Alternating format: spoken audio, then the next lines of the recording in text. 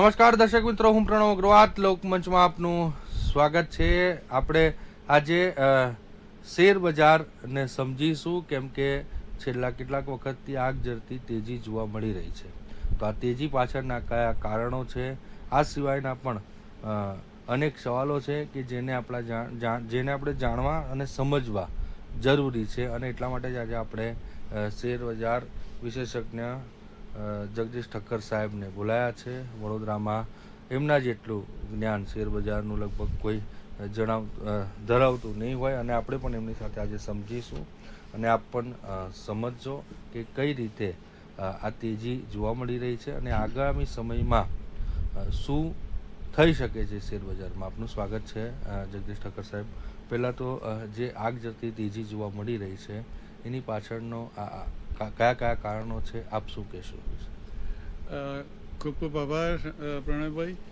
જે રીતે ભારતીય શેર બજારમાં લગભગ છેલ્લા કેટલાય દિવસથી આગ ઝરતી તેજી છે, આમ તમે ગણો તો 18,000ના નિફ્ટીને 19,000ની મંજિલ કાપતા લગભગ 21 મહિના લાગ્યા, પણ 19,000થી 19,000ની એને સફર પૂરી કરતા 21 ટ્રેડિંગ સેશન પણ નથી લાગ્યા.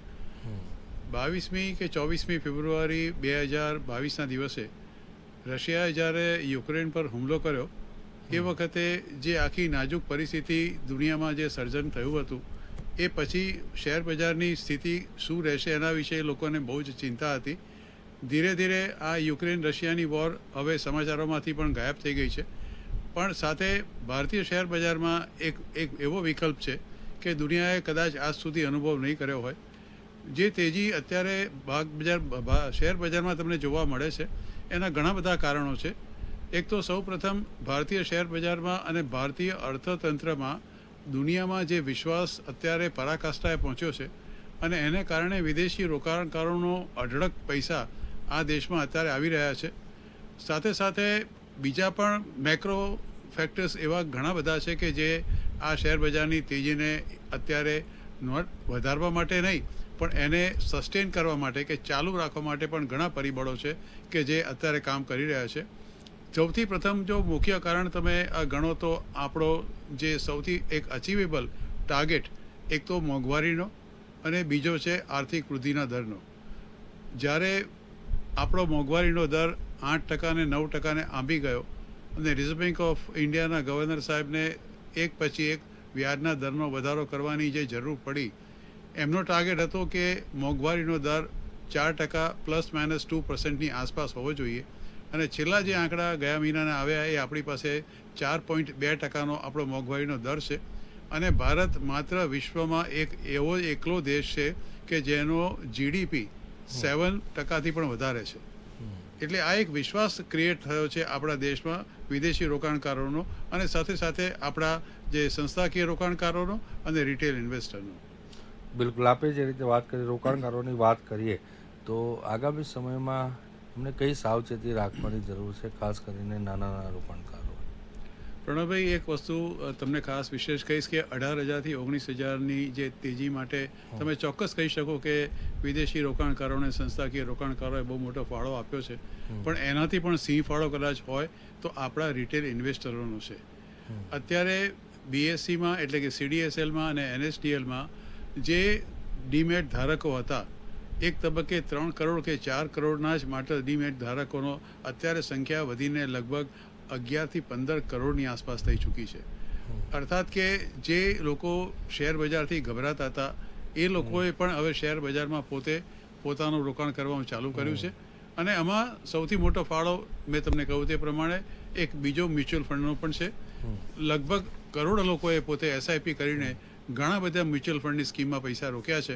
અને મ્યુચ્યુઅલ ફંડનો પ્રવાહ અત્યારે શેર બજારમાં જે રીતે આવી રહ્યો છે, એ મને એવું લાગે છે કે કદાચ આવનાર દિવસોમાં આ તેજી અત્યારે જે 19,500ની આસપાસની નિફ્ટી છે એ કદાચ થોડા સમયમાં એટલે કે એન્ડ ઓફ 2023 એ 20,000ને પહોંચે તો પણ નવાઈ નહીં. આપણે મ્યુચ્યુઅલ ફંડની વાત કરી, વડોદરા અગ્રેસર છે. હમણાં જ રિપોર્ટ આવ્યો હતો. આપણે પાછા જો તેજીની વાત કરીએ તો આ છેતરામણી તો નથી ને, અથવા તો આગળ શું ફેરફાર જોવા મળી શકે છે? આ તેજીના ઘણા કારણો છે. મેં આપને કહ્યું તે પ્રમાણે વિદેશી રોકાણકારોનો પ્રવાહ, સંસ્થાકીય રોકાણકારોની પણ ખરીદદારી, રિટેલ ઇન્વેસ્ટરનું બહુ જ મોટું પાર્ટિસિપેશન. એક બીજી જે આપણે કુદરતે આપણા પર મહેરબાની કરી છે એ મેઘરાજાની છે. શરૂઆતમાં એવું કહેવાતું હતું કે આ વખતે અલ નીનોનું એક જે ફેક્ટર છે એને કારણે વરસાદ જે ધારણા કરતાં ઓછો થશે. ભારત લગભગ ખેતી પ્રધાન દેશ છે. 60%થી વધુ લોકો ખેતી પર નિર્ભર છે. એટલે જો વરસાદ ઓછો થાય તો એની સીધી અસર આપણી આર્થિક વ્યવસ્થા પર થાય અને સાથે સાથે દરેકે દરેક વસ્તુમાં સરકારને પણ એના વિશે ચિંતા થાય.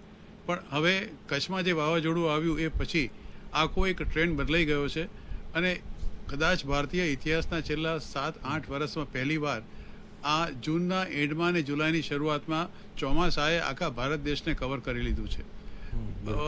ઉત્તર ભારતની અંદર તો એવું કહેવાય છે કે ચોમાસું સમય કરતાં વહેલું આવ્યું છે. દક્ષિણ ભારતમાં કદાચ ચોમાસું સમયસર કરતાં થોડું મોડું આવ્યું છે, પણ કુદરતે એનાથી બિલકુલ ઊંધું કર્યું છે.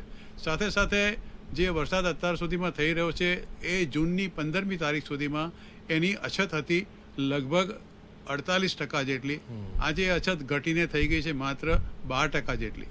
એટલે એક બીજી વસ્તુ કે મોંઘવારીના દરમાં જે ઘટાડો થયો છે એને કારણે અત્યારે કદાચ શાકભાજીના ભાવમાં જે વધારો થયો છે એ વધારે પડતો વરસાદ અમુક જગ્યાએ થયો છે, અમુક રાજ્યોમાં થયો છે. એને કારણે થોડો પાકમાં નુકસાન ચોક્કસ થયું છે, પણ આ એક ટેમ્પરરી ફેઝ છે અને એ આજે નહીં ને કાલે એમાંથી લગભગ લોકો બહાર આવી જશે. પણ મારું તો એક માનવું છે કે અત્યારે જે આર્થિક વ્યવસ્થા છે અને સાથે સાથે ફર્સ્ટ ક્વાર્ટર ઓફ 2023-24ના આજે રિઝલ્ટ આવવાના શરૂઆત થઈ છે. પ્રથમ રિઝલ્ટ તો આવ્યું GM બ્રુવરીઝનું અને શરૂઆત સરસ થઈ છે. હવે આ સપ્તાહની અંદર આવનાર સપ્તાહની અંદર લગભગ મોટાભાગના ઇન્ફોસિસ છે, TCS છે, HCL છે, ઘણી બધી ટેકનોલોજી કંપનીઓના એક રિઝલ્ટ આવવાની શરૂઆત થશે. અને સાથે સાથે બેન્કિંગ સેક્ટરમાં રિઝર્વ બેંક ઓફ ઇન્ડિયાનો એક રિપોર્ટ આવ્યો છે કે આપણી તમામ બેન્કો ભારતની અત્યારે દરેકે દરેક ક્ષેત્રે સક્ષમ છે અને કોઈ પણ જાતના વૈશ્વિક આંચકાને પચાવી લેવા માટે એ બિલકુલ તૈયાર છે. દરેકે દરેક ભારતની બેન્કોની બેલેન્સ શીટ અત્યારે એટલી મજબૂત છે કે વિશ્વમાં કોઈ આર્થિક કટોકટી પણ આવી જાય તો ભારતીય બેન્કોનો કાંકરો ખરે એવો નથી. બિલકુલ, સૌથી મહત્વની આપણે વાત કરી ભારતીય બેન્કોને લઈને. આગામી સમયમાં જે સપ્તાહની વાત કરું તો શું જોવા મળી શકે છે આખા શેર માર્કેટ પર? પ્રણવભાઈ, અત્યારે આખા સપ્તાહની તમે જો વાત કરો તો ગઈકાલે એટલે કે શુક્રવારના દિવસે થોડું ઘણું કરેક્શન્સ આપણને ચોક્કસ જોવા મળ્યું હતું, પણ એ બહુ હેલ્ધી કરેક્શન્સ અમે અમારી ભાષામાં કહીએ છીએ. આજે વોલેટિલિટી ઇન્ડેક્સ છે, નોર્મલી એવું થતું હોય છે કે જ્યારે શેર બજારમાં આગ ભભૂકથી તેજી હોય તો આ જે વોલેટિલિટી ઇન્ડેક્સ છે એ લગભગ 17-18 એની આસપાસ કે 19ની આસપાસ પહોંચી જતો હોય છે. પણ આપણે જાણીને બહુ નવાઈ લાગશે કે આ વોલેટિલિટી ઇન્ડેક્સ ગઈકાલના દિવસે માત્ર 11.4 હતો. અર્થાત કે આટલા મોટા મસ્ત રોકાણ છતાં પણ કે આટલી મોટી તેજી છતાં પણ વોલેટિલિટી ઇન્ડેક્સ એટલો નથી ઘટ્યો, એટલી નથી વધ્યો કે જેનાથી આપણને ચિંતા થાય. બીજી વસ્તુ એવી છે કે અત્યારે જે આખા શેર બજારમાં ડિલિવરી બેઝ સૌથી વધારે બિઝનેસ થઈ રહ્યો છે. આજથી 1 વર્ષ પહેલાંનો તમે સિનારીઓ લો તો લોકો ફ્યુચર ઓપ્શન્સમાં અને સ્ટોક ફ્યુચર્સની અંદર બહુ મોટા પાયે કામ કરતા હતા. સેબીનો એક રિપોર્ટ આવ્યો છે કે 10માંથી 9 લોકો જે ફ્યુચર ઓપ્શન્સમાં અને સ્ટોક ફ્યુચર્સમાં કામ કરે છે એ હંમેશા નુકસાન જ કરે છે અને માત્ર 10માંથી 1 જ વ્યક્તિ એવી છે કે જે આમાંથી પ્રોફિટ બનાવે છે. આ જાતની ચેતવણી વારંવાર ટીવી ઉપર બતાવવામાં આવે છે અને એને કારણે હવે જે લોકોનો રોકાણનો પ્રવાહ છે એ વધ્યો છે કેશ માર્કેટ તરફ. અને આ તેજીમાં સૌથી વધારે કોઈ જો નંબર ગેમ પોતાની ઉપર કરી હોય તો એ મિડ કેપ અને સ્મોલ કેપ છે, જેના તમામ સેન્સેક્સ ઓલ ટાઈમ હાઈ પર અત્યારે ચાલે છે. બિલકુલ. આગામી હાલના સમયમાં કયા કયા શેર મહત્વના સાબિત થઈ શકે છે જો આપણે લઈએ તો? પ્રણવભાઈ, અત્યારે રિઝલ્ટની મેં આપણે કહ્યું કે આવતા અઠવાડિયાથી શરૂઆત થઈ જશે અને રિઝલ્ટ પર તમારી વિશેષ નજર ચોક્કસ હોવી જોઈએ. આ રિઝલ્ટની અંદર મેં તમને કહ્યું કે ટેકનોલોજી શેરના સૌથી હંમેશા પ્રથમ રિઝલ્ટ આવતા હોય છે, એટલે એના પર તમારે ધ્યાન આપવાનું. અને એ સિવાય જે દિગ્ગજ કંપનીઓ, નિફ્ટીની 50 કંપની છે કે BSEની 50 કંપનીઓ છે, એના પર તમારે બધી ધ્યાન રાખવાની વિશેષ જરૂર છે. ટેકનોલોજી શેરમાં એવું કહેવાય છે અત્યારે કે એનો લગભગ 75% બિઝનેસ ઓફશોર છે, અર્થાત કે નોર્થ અમેરિકા પર વધારે પડતા નિર્ભર છે. અને અમેરિકામાં અત્યારે જે પરિસ્થિતિ છે અને જે રીતે વ્યાજના દર હજી 2 વાર વધવાની શક્યતા છે એ જોતા કદાચ અમેરિકામાં એક મંદી આવી શકે એવી એક શક્યતાઓ મોટાભાગના નિષ્ણાતો નકારતા નથી. એટલે આ સંજોગોની અંદર જો અમેરિકામાં મંદી કદાચ આવે તો ટેકનોલોજી શેરોને એનાથી સીધું નુકસાન થઈ શકે છે. એટલે સૌ પ્રથમ તમે આના પર ચાંપતી નજર રાખજો. અને એ સિવાય હવે આપણા દેશની પોતાની વાત કરીએ. 140 કરોડનો આપણો દેશ છે અને 87થી 88% આપણા દેશમાં જે ઉત્પાદન થાય છે એ આપણા પોતાના લોકો જ એને કન્ઝ્યુમ કરી જાય છે. એટલે આપણે એક્સપોર્ટ પર બહુ નિર્ભર નથી. જે બાકીના સાઉથ ઇસ્ટ એશિયાના દેશો નિર્ભર એક્સપોર્ટ પર છે એવી સ્થિતિ ભારતની નથી. આપણો ફુગાવો કંટ્રોલમાં છે. આપણા જે આઈઆઈપી ઇન્ડેક્સ ઓફ ઇન્ડસ્ટ્રીયલ પ્રોડક્શનના જે આંકડા છે એ બહુ જ સરસ છે. અને હોલસેલ પ્રાઇસ ઇન્ડેક્સ કે જેના પર મોટાભાગના વિદેશી રોકાણકારો પોતાનું રોકાણ નિર્ભર કરવા માટે એનો એક સંકેત લે છે એ પણ અત્યારે નેગેટિવમાં છે. અર્થાત કે સારો છે. અચ્છા, આગળ જો બજારની બીજી વાત કરું તો આગામી સમયમાં કોઈ જોખમ જોવા મળી શકે છે ખરું? અત્યારે પરિસ્થિતિ અમેરિકામાં મેં આપને કહ્યું તે પ્રમાણે થોડી મંદીનો પ્રવાહ છે. રશિયા અને યુક્રેનનું અત્યારે યુદ્ધ ચાલી રહ્યું છે. એ ક્યારે વિરામ લેશે કદાચ કોઈને ખબર નથી. યુરોપની અંદર અત્યારે પરિસ્થિતિ બહુ જ નાજુક છે. બ્રિટન એટલે કે ઇંગ્લેન્ડની અંદર અત્યારે આ જેને આપણે ફુગાવાનો દર કહીએ એ 8-8.5% ઉપર છે. ઓસ્ટ્રેલિયાની જે સેન્ટ્રલ બેંક છે, કેનેડાની સેન્ટ્રલ બેંક છે, એ તમામ અત્યારે વ્યાજના દરો વધારતી રહી છે. અમેરિકાની ફેડરલ રિઝર્વના 16 સભ્યોએ એવું કહ્યું છે કે અમેરિકામાં જે અત્યારે ફુગાવાનો દરને નીચે લાવવા માટે હજુ 2 વાર વ્યાજના દરનો વધારો કરવો પડશે. અમેરિકામાં જ્યારે વ્યાજના દરો વધારો થાય ત્યારે તેના રોકાણો કારણે કમર તૂટી જતી હોય છે. પણ ભારતમાં ફોર્ચ્યુનેટલી આ પરિસ્થિતિ નથી. ચોમાસું બિલકુલ મેં આપને કહ્યું તે પ્રમાણે સમયસર આવ્યું છે. અને અત્યારે જે જાતની એક ઇમ્પ્રેશન ભારતના દેશ વિશે લોકોને રોકાણકારોમાં જે વિશ્વાસ વધ્યો છે એ જોતાં મને એવું લાગે છે કે વિદેશી રોકાણકારોનો પ્રવાહ અત્યારે આપણા સંસ્થાકીય રોકાણકારો કરતાં પણ વધી ચૂક્યો છે. અને આ જાતની પરિસ્થિતિનું નિર્માણ થાય અને વિદેશી રોકાણ અહીંયા આવે. અને ચીનમાં અત્યારે મંદીના સંકેત છે. ત્યાંની સેન્ટ્રલ બેંક આખી દુનિયામાં એક છે, વ્યાજના દર ઘટાડે છે. અને આસપાસના પડોશી દેશો વિશે તો જેટલી વાત ઓછી કરીએ એટલી આપણે સારી છે. કારણ કે એ લોકોની પરિસ્થિતિ તો કેટલી ઘણી નાજુક છે એ તો આપણે બધાને સૌને ખબર છે. બિલકુલ. આ સિવાય આપ શું કહેશો? ભારતીય શેર બજાર અને વિદેશના શેર બજારોને લઈને શું આગામી સમયમાં ફેરફાર જોવા મળી શકે છે? ખાસ કરીને ચીન અને પાકિસ્તાન, આપણે અમેરિકાની વાત કરી, કોઈ અસર થઈ શકે છે ખરી? આપણે હંમેશા એક વસ્તુની જીઓ પોલિટિકલ ટેન્શનથી હંમેશા થોડા સચેત રહેવાની જરૂર છે. અમેરિકાની તમે આપણે વાત કરી.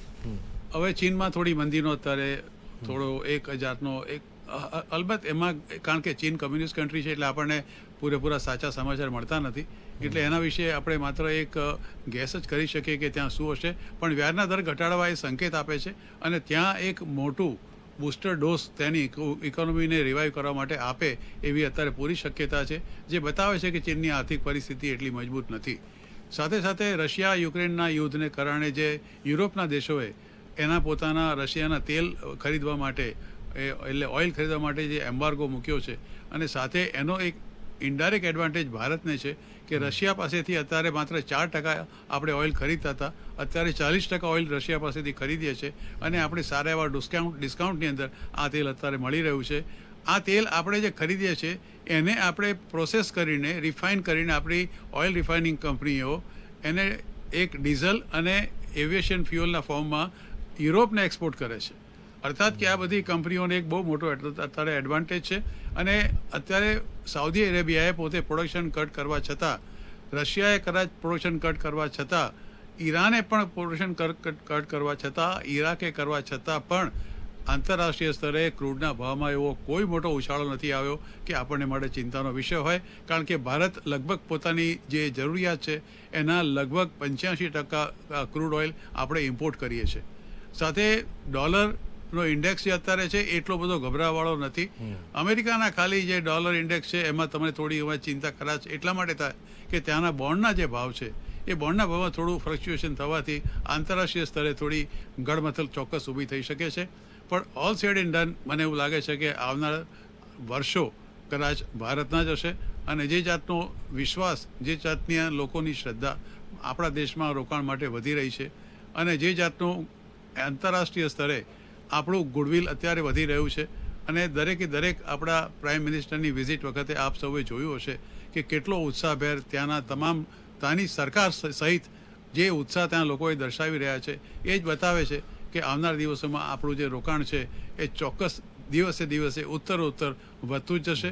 હા, એક સાવચેતી ચોક્કસ છે કે જીઓ પોલિટિકલ ટેન્શન, ધારો કે ચાઇના અને વિયેટનામ વચ્ચે, રશિયાને યુક્રેનમાં કદાચ કોઈ બીજું વરવું સ્વરૂપ લે એના વિશે, કે આપણા બોર્ડર પર કોઈ જાતનું ચમકલું કે ટેન્શન થાય એના વિશે, કે શ્રીલંકાની અંદર કોઈ ગડબડ ઊભી થાય એના વિશે, કે બાંગ્લાદેશમાં કોઈ ગડબડ ઊભી થાય એના વિશે, આનાથી સચેત રહેવાની બહુ જરૂર છે. હંમેશા જ્યારે શેર બજારમાં રોકાણ કરો પ્રણવભાઈ, ત્યારે તમારા નાણાકીય સલાહકારની સલાહ અચૂક લેજો, એ સલાહને જ અનુસરજો અને એ પ્રમાણે તમે કરજો.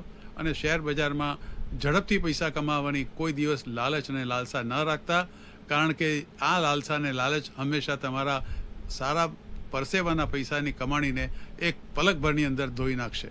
એટલે શેર બજારમાં રોકાણ કરો તો લાંબા ગાળા માટે કરો, 3 થી 5 વર્ષનો સમય આપો, બ્લુ ચિપ સારા સ્ટોક્સમાં રોકાણ કરો અને એવા શેરોમાં રોકાણ કરો કે જેની મેનેજમેન્ટ સારી હોય, જે સારું ડિવિડન્ડ આપતી હોય, જે સારું બોનસ આપતી હોય અને જેના પરિણામો છેલ્લા 3 વર્ષના સંતોષકારક હોય અને ઉત્તર વૃદ્ધિ કરતી કંપની હોય. એ તમારો નાણાકીય સલાહકાર તમને ચોક્કસ સજા આપશે. અને સાથે જો તમારી પાસે સમય ના હોય તો મ્યુચ્યુઅલ ફંડમાં રોકાણ કરો અને સિસ્ટમેટિક ઇન્વેસ્ટમેન્ટ પ્લાન, આ એસઆઈપી તમે એને કરો. બિલકુલ તમે સમયસર એમાં પૈસા રોકો, તમારે કોઈ કરવાની જરૂર નથી. એ ફંડ મેનેજરો પોતે તમારા રોકાણનું સુરક્ષિત રોકાણ કરીને તમને વળતર આપતા રહેશે. બિલકુલ. અંતમાં આપણી પાસે 4 મિનિટનો સમય બાકી છે. શેર બજારને લઈને દર્શકોને શું હજી પણ આપ વિસ્તારથી સમજ પાડવા માંગશો? મારે શેર બજારમાં એક વસ્તુ ખાસ છે જે નવા રોકાણકારો છે એને કહેવી છે કે તમે જ્યારે કોઈ પણ જ્યારે આપણે પોતાના ભણતરની શરૂઆત કરીએ છીએ ને, ત્યારે આપણે પહેલાં સીધા આપણે 5મા કે 10મા સ્ટેન્ડર્ડમાં નથી જતા. આપણે પહેલાં હંમેશા જઈએ છીએ બાલવાડીમાં, અને બાલવાડીથી શરૂઆત કરીને આપણે જઈએ છીએ પહેલા ધોરણમાં, પછી બીજામાં, પછી ચોથામાં, 5મામાં, પછી 10થમાં, પછી 12થમાં, અને એ રીતે ગ્રેજ્યુએટ થઈએ છીએ. એટલે શેર બજારમાં રોકાણ કરો ત્યારે હંમેશા પાપા પગલી કરજો. શરૂઆતમાં માત્ર જે તમારી પાસે ડિસ્પોઝેબલ ઇન્કમ હોય, અર્થાત કે તમારી જે આવક છે એમાંથી તમારા તમામ ખર્ચા, તમારા કોઈ કન્ટિન્જન્સી, તમારી મેડિકલ ઇમરજન્સી, ઘરના છોકરાઓના એજ્યુકેશનના પૈસા, અને કોઈને વિદેશ જવું હોય એના, ઘરમાં કોઈ લગ્ન હોય તો એના, એ તમામ ખર્ચાઓને બાદ કરતા જે પૈસા તમારા હાથમાં તમે 3 થી 5 વર્ષ માટે રોકી શકો એ જ પૈસા શેર બજારમાં લગાડજો. માત્ર એક લાલચમાં કે મને જલ્દી રિટર્ન મળશે અને શેર બજારનો ભાવાંક એકદમ 20,000 થઈ જશે, એવું નથી. અત્યારે હું આપણે કહી શકું કે કદાચ 2030 સુધીમાં અત્યારે સેન્સેક્સ 65,000 છે, કદાચ 1 લાખ પણ થઈ જાય, પણ એનો અર્થ એવો નથી કે તમારે બધું એક સાથે હોમી દેવાનું છે. હંમેશા જે પૈસા તમે ડિસ્પોઝેબલ ઇન્કમ જેને અમે કહીએ છીએ, કે જેને તમારી જરૂર એ ઇન્કમની તમને 3 થી 5 વર્ષ નથી, એવા જ પૈસા તમે શેર બજારમાં રોકજો અને કોઈ સારા સલાહકારની સલાહ લઈને જ રોકજો. અને સેબી રજિસ્ટર્ડ બ્રોકર સિવાય કોઈ સાથે કામ ના કરતા. અને જે લોકો ઇલીગલ કામ કરે છે, કે જે લોકો સટ્ટો કરે છે, કે જે લોકો ગેરકાયદેસર કામ કરે છે, જે લોકો તમને વારંવાર ટિપ્સ માટે ફોન કરે છે, તમને ટિપ્સ આપવાની લાલચ આપે છે અને ગેરંટીડ રિટર્નની વાતો કરે છે, એ તમામ વસ્તુ ગેરકાયદેસર છે. મહેરબાની કરીને એના શિકાર ન થતા. બિલકુલ. તો દર્શક મિત્રો, જે તેજી છે તેની વાત આપણે જાણી સમજી ઠક્કર સાહેબ પાસે કે આ તેજી કેમ છે, કયા કારણોસર છે, આગામી સમયમાં શું સ્થિતિ હોઈ શકે છે. આગામી સોમવારથી સપ્તાહની પણ વાત કરી, આપણે સમજી છે, વિચારી છે, અને ખાસ કરીને જે ઉત્સાહપૂર્વક લોકો શેર બજારમાં જોડાઈ રહ્યા છે તેમને શું સાવચેતી રાખવાની છે તે પણ અંતમાં વાત કરી. આપણે આવી જ રીતે શેર બજારની આગામી સમયમાં પણ તેમની સાથે વાતો કરતા રહીશું. પરંતુ શેર બજાર એ ખરેખર આપણે ના સમજ પડે તો સમજી લેવાની જરૂર છે, કોઈની સલાહ લઈ લેવાની જરૂર છે, અને ત્યારબાદ જ તેમાં રોકાણ કરવાની જરૂર છે. તો આ સ્થિતિ છે અત્યારે શેર બજારની. આગામી સમયમાં શું સ્થિતિ રહેશે, કેમ રહેશે, તેની વિસ્તૃત માહિતી ઠક્કર સાહેબ આપી. આપનો ખૂબ ખૂબ પરિવાર આભાર. આજની ચર્ચા અહીંયા જ રોકીશું. આવતીકાલે જરૂર ફરીથી મળીશું નવા વિષય સાથે. ત્યાં સુધી રજા આપશો. નમસ્કાર.